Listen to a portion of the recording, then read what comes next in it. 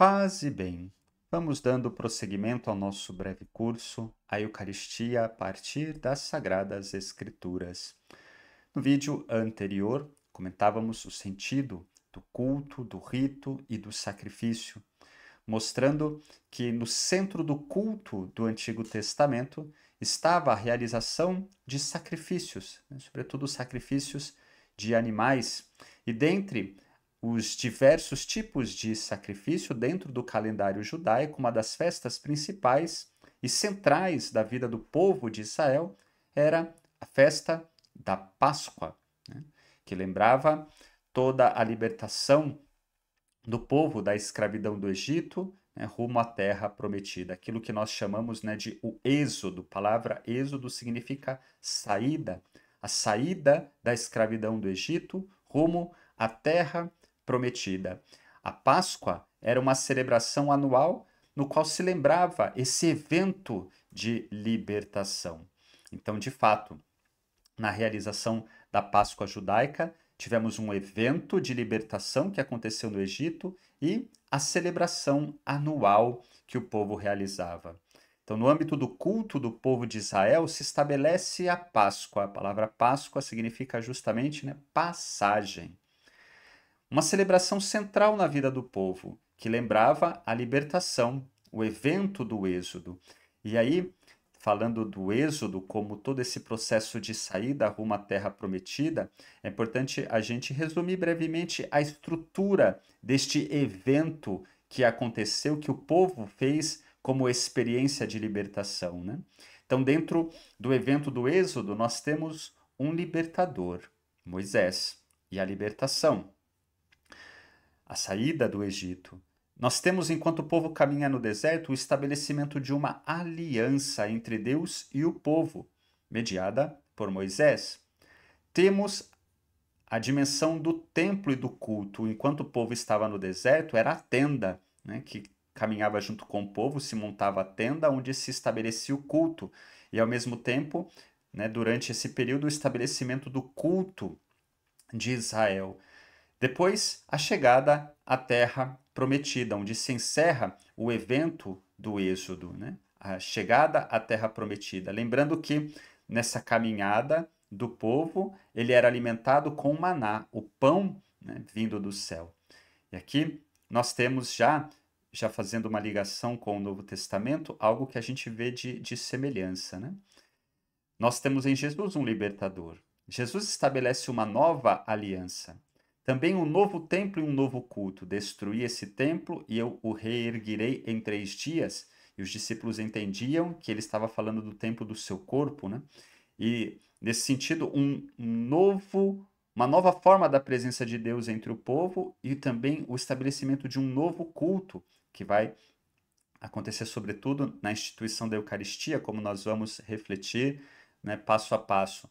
Também rumo a uma terra prometida, ao reino de Deus que Jesus traz entre nós. E também, enquanto caminhamos, um alimento, né?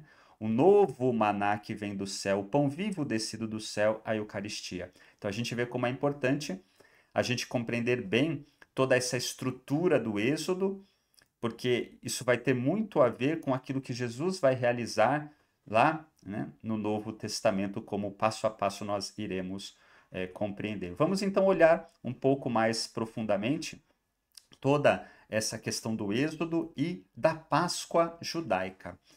O texto, né, do estabelecimento da Páscoa judaica está lá no livro do Êxodo, capítulo 12. Então, o povo estava na situação de escravidão no Egito. Deus suscita Moisés, né, para libertar o povo.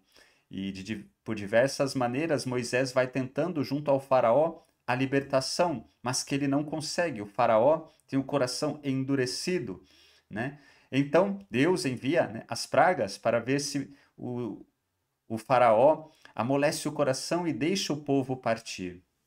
E é nesse contexto, então, que o Senhor vai se dirigir a Moisés e Araão na terra do Egito, dizendo, capítulo 12 do livro de Êxodo, falai a toda a congregação de Israel, dizendo, aos 10 deste mês, tome cada um para si um cordeiro segundo as casas dos pais, um cordeiro para cada família. Então, cada família que estava lá na escravidão do Egito deveria tomar um cordeiro ou cabrito sem mácula, diz o texto. Não vamos ler o texto inteiro, somente alguns trechos do capítulo 12 do livro do Êxodo. E o guardareis até o 14º dia deste mês, e todo o ajuntamento da congregação de Israel o sacrificará à tarde. Então veja, o sacrifício do cordeiro. Tomarão do sangue e poloão em ambas as ombreiras e na verga da porta, nas casas em que o comerem. Então, nas casas dos judeus que sacrificaram o cordeiro, o sangue ia ser colocado como uma marca na porta da casa. E naquela noite comerão a carne assada no fogo, com pães ázimos, com ervas amargas e a comerão. E o comereis apressadamente. Esta é a Páscoa do Senhor. E eu passarei pela terra do Egito esta noite. Então a Páscoa tem a ver com essa passagem, né, do Senhor. E ao mesmo tempo a passagem do povo da escravidão para a libertação. E ferirei todo o primogênito na terra do Egito, desde os homens até os animais. E em todos os deuses do Egito farei juízos. Eu sou o Senhor. E aquele sangue que está nas portas das casas, né, vos será por sinal nas casas em que estiverdes. Vendo eu o sangue, passarei por cima de vós, e não haverá entre vós praga de mortandade, quando eu ferir a terra do Egito.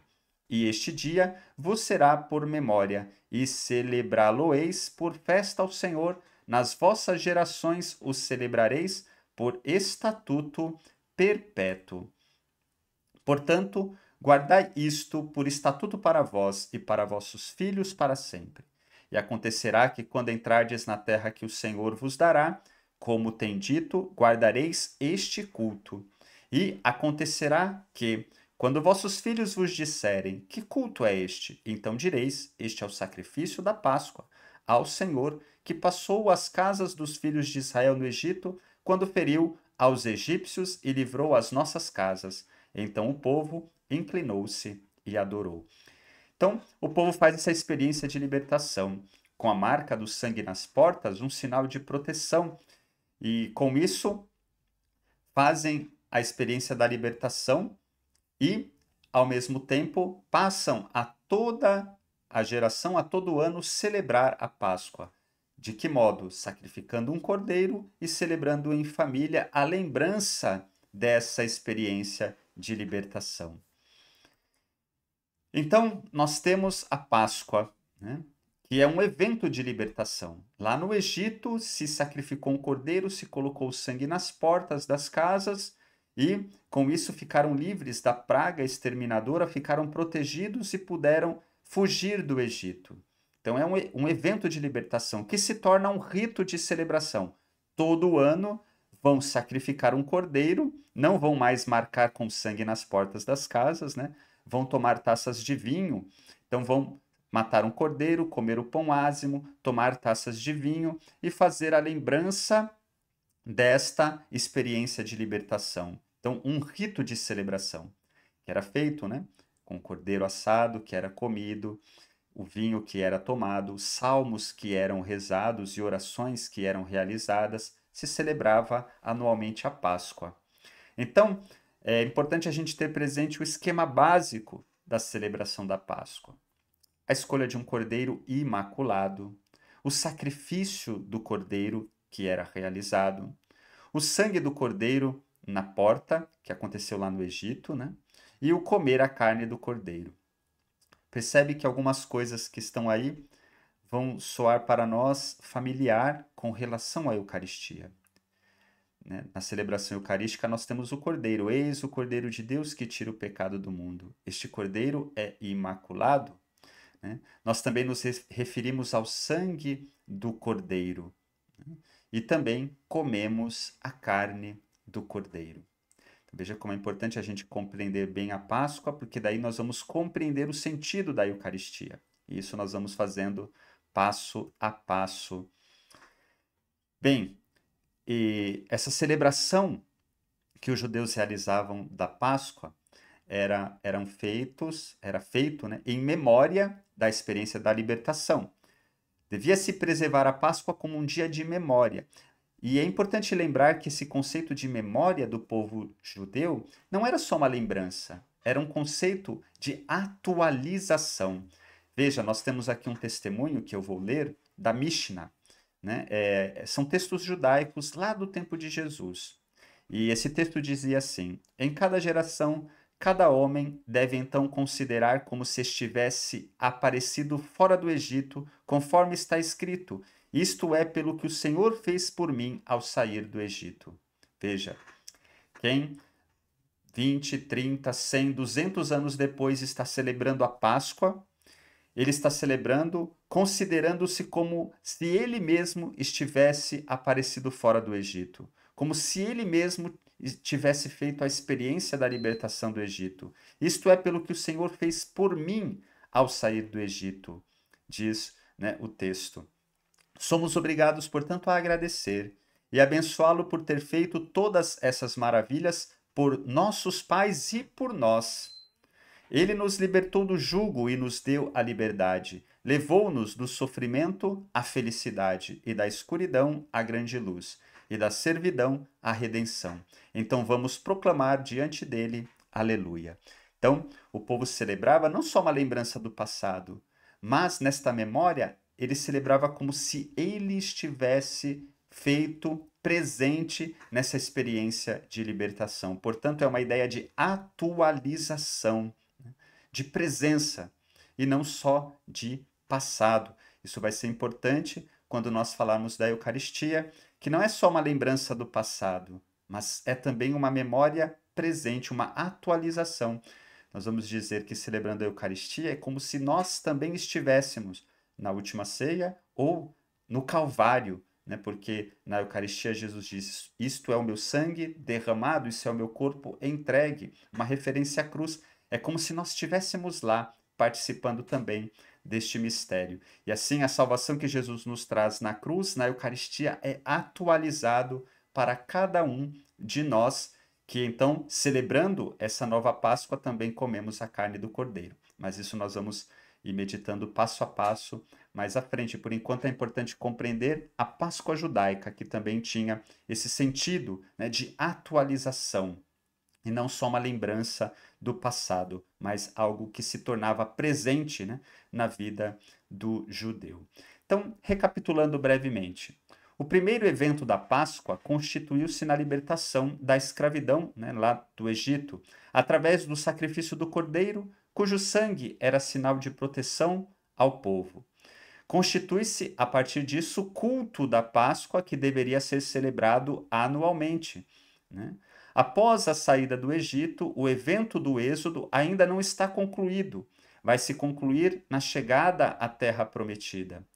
No caminho do deserto, Deus estabelece a aliança com o povo através das tábuas da lei e realizado através do sacrifício e do sangue de um cordeiro. É o que nós vamos ver no próximo vídeo, o estabelecimento da aliança. E ao mesmo tempo, no caminho do deserto, nós vamos ter a dimensão do estabelecimento do culto, do templo, que durante o deserto é a tenda, e durante o caminho também o povo que era alimentado pelo maná. Então nós vamos ver todas essas dimensões do evento do Êxodo: a aliança, a dimensão do templo e do culto que vai se estabelecendo, e o pão que alimenta o povo nessa caminhada, o maná. Tudo isso como essa parte do Êxodo, que é importante a gente compreender, para depois nós compreendermos de que modo Jesus realiza um novo Êxodo e de esses aspectos do Êxodo do Antigo Testamento em Jesus ganham um novo sentido, né? Uma nova dimensão. Então, passo a passo, nós vamos refletindo sobre isso. Então, no próximo vídeo, nós falaremos sobre a dimensão da aliança, né, do templo, e mais à frente também o maná do deserto. Todos estes aspectos do Êxodo do Antigo Testamento para a gente compreender aquilo que Jesus vai realizar, né, no Novo Testamento como nova aliança, sobretudo quando institui a Eucaristia. Curta, compartilhe e continue nos acompanhando neste aprofundamento do mistério da Eucaristia a partir da Sagrada Escritura. Paz e bem.